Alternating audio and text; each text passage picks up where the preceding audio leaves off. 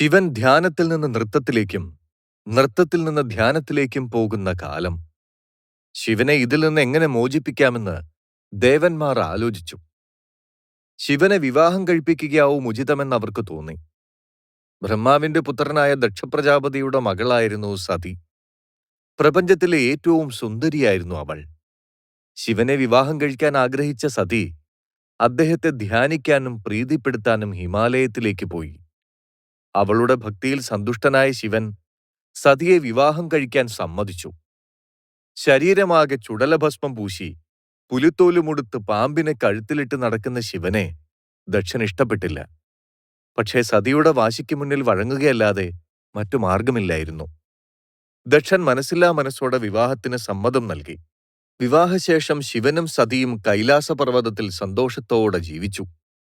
പ്രാകൃതനായ പരമശിവനെ മരുമകനായി സ്വീകരിക്കേണ്ടി വന്നതിനാൽ ദക്ഷൻ അപമാനം തോന്നി. താമസിയാതെ അദ്ദേഹം ഒരു വലിയ യജ്ഞം നടത്താൻ തീരുമാനിച്ചു. ശിവനും സതിയും ഒഴികെയുള്ള എല്ലാവരെയും ദക്ഷൻ യജ്ഞത്തിന് ക്ഷണിച്ചു. യജ്ഞത്തെക്കുറിച്ചറിഞ്ഞ സതി അതിൽ പങ്കെടുക്കാൻ പോകണമെന്ന് ശിവനോട് അപേക്ഷിച്ചു. പക്ഷെ ശിവൻ സമ്മതിച്ചില്ല. ക്ഷണിക്കാതെ അവിടെ എത്തിയാൽ തങ്ങൾ അപമാനിക്കപ്പെടുമെന്ന് ശിവൻ അറിയാമായിരുന്നു. അതൊന്നും സതി ചെവിക്കൊണ്ടില്ല. യജ്ഞത്തിന് പോയേ തീരൂ എന്ന സതിക്ക് വാശിയായി. പിതാവ് നടത്തുന്ന യാഗത്തിന് മകളെയും ഭർത്താവിനെയും ക്ഷണിക്കേണ്ട ആവശ്യമില്ലെന്നായിരുന്നു സതിയുടെ വാദം. ശിവൻ സതിയെ വിലക്കാൻ പലതും പറഞ്ഞെങ്കിലും അവൾ അതൊന്നും വീണ്ടും ചെവിക്കൊണ്ടില്ല. ശിവന്റെ എതിർപ്പുകളെയെല്ലാം അവഗണിച്ച് സതി യാത്രയായി. സതി തന്റെ പിതാവിന്റെ അടുത്തെത്തിയപ്പോൾ ദക്ഷൻ അവളെ സ്വീകരിച്ചില്ല. സതിക്ക് അവിടെ ഒരു തരത്തിലുള്ള ശ്രദ്ധയും അർഹമായ ബഹുമാനവും ലഭിച്ചില്ല. പക്ഷെ അവൾ അത് കാര്യമാക്കിയില്ല. ദക്ഷൻ അതിഥികളുടെ മുൻപിൽ വച്ച് ശിവനെ അപമാനിച്ച് സംസാരിച്ചു. ശിവൻ അപമാനിക്കപ്പെട്ടപ്പോൾ സതിക്കത് സഹിക്കാനായില്ല. ശിവനെ ധിക്കരിച്ചിറങ്ങിയതാണ്. ഇനി എന്തു ചെയ്യും? കൈലാസത്തിലേക്ക് മടങ്ങാൻ അവൾക്ക് മനസ്സു വന്നില്ല. പിതാവിന്റെ പെരുമാറ്റത്തിൽ മനം നൊന്ത സതി തന്റെ ഭർത്താവിനെതിരായുള്ള ഒരപമാനവും സഹിക്കില്ലെന്ന് പറഞ്ഞ് യാഗാഗ്നിയിൽ ചാടി മരിച്ചു. സതിക്ക് സംഭവിച്ചത് കേട്ട പരമശിവൻ കോപത്താൽ നൃത്തം ആരംഭിച്ചു. തന്റെ ജട പിഴുത് നിലത്തടിച്ചു. അപ്പോൾ ശിവന്റെ ജടയിൽ നിന്ന് വീരഭദ്രനും ഭദ്രകാളിയും ജന്മം കൊണ്ടു. അവരുടെ കണ്ണുകൾക്ക് ചുവന്ന നിറമായിരുന്നു. തലയോട്ടികൾ കൊണ്ടുള്ള മാലകളാൽ ശരീരം അലങ്കരിച്ചിരുന്നു. തീപാറുന്നതുപോലെ ഭയങ്കരമായിരുന്നു അവരുടെ കണ്ണുകൾ. ശിവന്റെ ഭൂതഗണങ്ങൾക്കൊപ്പം അവർ യാഗസ്ഥലത്തെത്തി. ഇന്ദ്രൻ അവരെ എതിർക്കാൻ ശ്രമിച്ചു. ഇന്ദ്രനെ വീരഭദ്രൻ തോൽപ്പിച്ചു. മഹാവിഷ്ണുവിന്റെ വലിയ ഭക്തനായിരുന്ന ദക്ഷൻ വിഷ്ണുവിനോട് സഹായം അഭ്യർത്ഥിച്ചു. വിഷ്ണു വീരഭദ്രനെ എതിർത്തു. അവർ രണ്ടുപേരും തമ്മിൽ ഘോരമായ യുദ്ധം ആരംഭിച്ചു. അത് തുല്യരുടെ യുദ്ധമായിരുന്നു. മറുവശത്ത് ഭദ്രകാളി യുദ്ധം ചെയ്തു. വീരഭദ്രനും വിഷ്ണുവും തമ്മിലുള്ള യുദ്ധം ശക്തമായി. കോപാകുലനായ വിഷ്ണു തന്റെ സുദർശന ചക്രം പ്രയോഗിച്ചു. വീരഭദ്രൻ അത് വിഴുങ്ങി. വീരഭദ്രൻ ദക്ഷന്റെ ശിരസ് ഛേദിച്ച് അഗ്നിയിലെറിഞ്ഞു. ബ്രഹ്മാവ് തന്റെ മകന്റെ ജീവന് വേണ്ടി ശിവനോട് അപേക്ഷിച്ചു. ശിവൻ യാഗത്തിൽ ബലി കൊടുക്കാൻ കൊണ്ടുവന്ന ആടിന്റെ തല ദക്ഷന്റെ തലയ്ക്ക് പകരം വെച്ചുകൊടുത്ത് അവനെ പുനരുജ്ജീവിപ്പിച്ചു. ശിവൻ സതീദേവിയുടെ ശരീരവും എടുത്ത് തന്റെ കർത്തവ്യങ്ങൾ മറന്ന് പ്രപഞ്ചത്തിലൂടെ നടക്കാൻ തുടങ്ങി. ദേവന്മാർ വളരെ ഉത്കണ്ഠാകുലരായി. പ്രപഞ്ചത്തിന്റെ സന്തുലിതാവസ്ഥ പുനഃസ്ഥാപിക്കാൻ സഹായിക്കുന്നതിനായി അവർ മഹാവിഷ്ണുവിനെ സമീപിച്ചു. വിഷ്ണു തന്റെ സുദർശന ചക്രം ഉപയോഗിച്ച് സതിയുടെ ശരീരഭാഗങ്ങൾ 52 കഷണങ്ങളാക്കി ഛേദിച്ചു. അവ 52 വ്യത്യസ്ത സ്ഥലങ്ങളിൽ വീണു. ഈ സ്ഥലങ്ങളെല്ലാം പിന്നീട് വിശുദ്ധങ്ങളായ 52 ശക്തിപീഠങ്ങൾ എന്നറിയപ്പെട്ടു. അവയിൽ ഓരോന്നിലും ഒരു കാളീക്ഷേത്രം അല്ലെങ്കിൽ ശക്തിക്ഷേത്രമുണ്ട്. ശിവൻ കൈലാസത്തിലേക്ക് മടങ്ങി തപസ് ചെയ്യാൻ തുടങ്ങി. ഇത് കാലങ്ങളോളം നീണ്ടു. ഈ സമയം താരകാസുരൻ ബ്രഹ്മാവിനെ പ്രത്യക്ഷപ്പെടുത്തി വരം നേടാനായി തപസ് ചെയ്തു തുടങ്ങി. ബ്രഹ്മാവ് പ്രത്യക്ഷപ്പെട്ടപ്പോൾ താരകാസുരൻ 2 വരങ്ങൾ ചോദിച്ചു. 1, 3 ലോകങ്ങളിലും ആരും തനിക്ക് തുല്യരാകരുത്.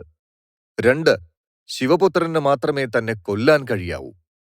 ശിവനൊരു യോഗിയായതിനാലും സതീവിയോഗത്താൽ കാലങ്ങളായി തപസ്സിലായതിനാലും ഇനിയൊരു വിവാഹത്തിന് സാധ്യതയില്ലെന്ന് താരകാസുരൻ അറിയാമായിരുന്നു. അതുകൊണ്ടാണ് ഇങ്ങനെ ഒരു വരം ചോദിച്ചത്. ബ്രഹ്മാവ് അവന്റെ ആഗ്രഹം സാധിച്ചു കൊടുത്തു. താരകാസുരൻ ഉടൻ തന്നെ ദേവലോകം കീഴടക്കി ദേവന്മാരെ പുറത്താക്കി. സ്വയം പുതിയ ഇന്ദ്രനാണെന്ന് പ്രഖ്യാപിച്ചു. വരബലത്തിൽ അഹങ്കരിച്ച താരകാസുരൻ എല്ലാവരെയും ഉപദ്രവിക്കാൻ തുടങ്ങി. പർവ്വതരാജാവായ ഹിമവാന്റെയും ഭാര്യ മേനയുടെയും മകളായിരുന്നു പാർവതി. സതീദേവിയുമായി വളരെയധികം സാമ്യമുള്ള അവളും കുട്ടിക്കാലം മുതൽ ശിവനെ ആരാധിച്ചിരുന്നു. സതീദേവിയുടെ പുനർജന്മമായിരുന്നു പാർവതി. വളർന്നപ്പോൾ പാർവതിക്ക് ശിവനെ വിവാഹം കഴിക്കാൻ ആഗ്രഹമായി. ശിവനെ പ്രസാദിപ്പിക്കാനായി അവൾ കഠിനമായ തപസ് തുടങ്ങി.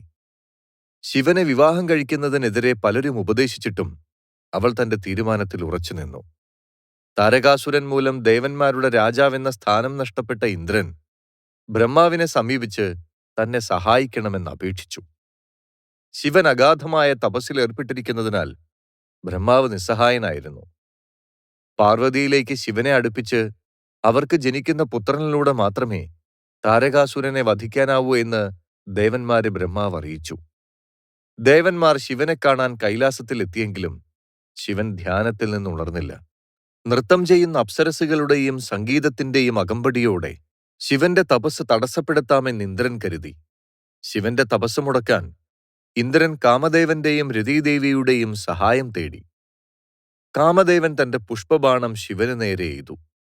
ശിവൻ തപസ്സിൽ നിന്നുണർന്നു. ശിവന് മുന്നിൽ അപ്പോൾ പാർവതി ഉണ്ടായിരുന്നു. ശിവനപ്പോൾ പാർവതിയോട് ശക്തമായ ആകർഷണം അനുഭവപ്പെട്ടു. ശിവന്റെ മനസ്സിൽ പാർവതിയോടുള്ള പ്രണയം നിറഞ്ഞു. എന്നാൽ പിന്നീട് ചതി മനസ്സിലാക്കിയ ശിവൻ കാമദേവനെ ചാരമാക്കി.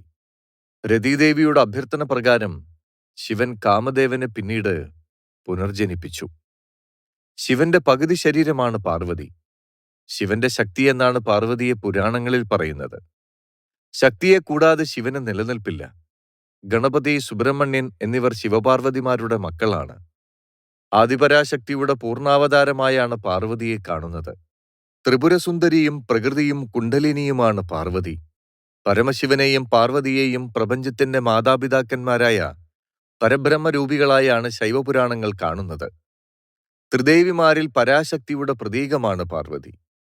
ലളിതാ സഹസ്രനാമത്തിൽ ദുർഗ, മഹാകാളി, മഹാമായ, ഭുവനേശ്വരി, അപർണ, ശൈലപുത്രി, ഗൗരി, കാർത്യായനി, അന്നപൂർണേശ്വരി, ചണ്ഡിക, കൗശികി, ഭഗവതി, പരമേശ്വരി, കാർത്യായനി എന്നിങ്ങനെ 1000-ഓളം പേരുകൾ പാർവതിയുടേതായി പരാമർശിക്കുന്നുണ്ട്. പാർവതി സർവഗുണ സമ്പന്നയാണ്. പരമശിവന്റെ കൂടെ ചിത്രീകരിക്കുമ്പോൾ പാർവതിക്ക് ഇരുകൈകൾ മാത്രമാണെങ്കിലും ദുർഗാരൂപത്തിലും കാളീരൂപത്തിലും 8ഉം 18ഉം കരങ്ങളുള്ളതായി ചിത്രീകരിക്കപ്പെടാറുണ്ട്. ശിവനെ ആദിദേവൻ, മഹാദേവൻ, ദേവാദിദേവൻ, മഹേശ്വരൻ, പരമേശ്വരൻ, ഭുവനേശ്വരൻ, സദാശിവൻ, ഓംകാരം, പരബ്രഹ്മമൂർത്തി, മഹാലിംഗേശ്വരൻ, ഈശ്വരൻ, മഹാകാലേശ്വരൻ എന്നീ നാമങ്ങളാൽ വാഴ്ത്തി സ്തുതിക്കുന്നു. അർദ്ധനാരീശ്വരൻ നിർഗുണ പരബ്രഹ്മമായും കണക്കാക്കപ്പെടുന്നു. ശിവശക്തി ഐക്യത്തിന്റെ പ്രതീകമായ ശ്രീചക്രത്തിൽ ഭഗവതി തന്നെയാണ് പ്രധാനം. മിക്ക ശിവക്ഷേത്രങ്ങളിലും പാർവതീദേവിക്ക് പ്രതിഷ്ഠയുണ്ട്. ചില ക്ഷേത്രങ്ങളിൽ പാർവതിക്ക് ശിവനേക്കാൾ പ്രാധാന്യം കൊടുക്കാറുണ്ട്. ശിവക്ഷേത്രത്തിൽ പിൻവിളക്ക് കത്തിക്കുന്നത് ശ്രീപാർവതിയെ ഉദ്ദേശിച്ചാണ്. കാശി വിശ്വനാഥ ക്ഷേത്രത്തിന്റെ ഭാഗമായ വിശാലാക്ഷി ക്ഷേത്രം ഇന്ത്യയിലെ പ്രമുഖ പാർവതീ ക്ഷേത്രമാണ്. മധുരമീനാക്ഷി ക്ഷേത്രത്തിലെ മുഖ്യപ്രതിഷ്ഠ പാർവതിയാണ്.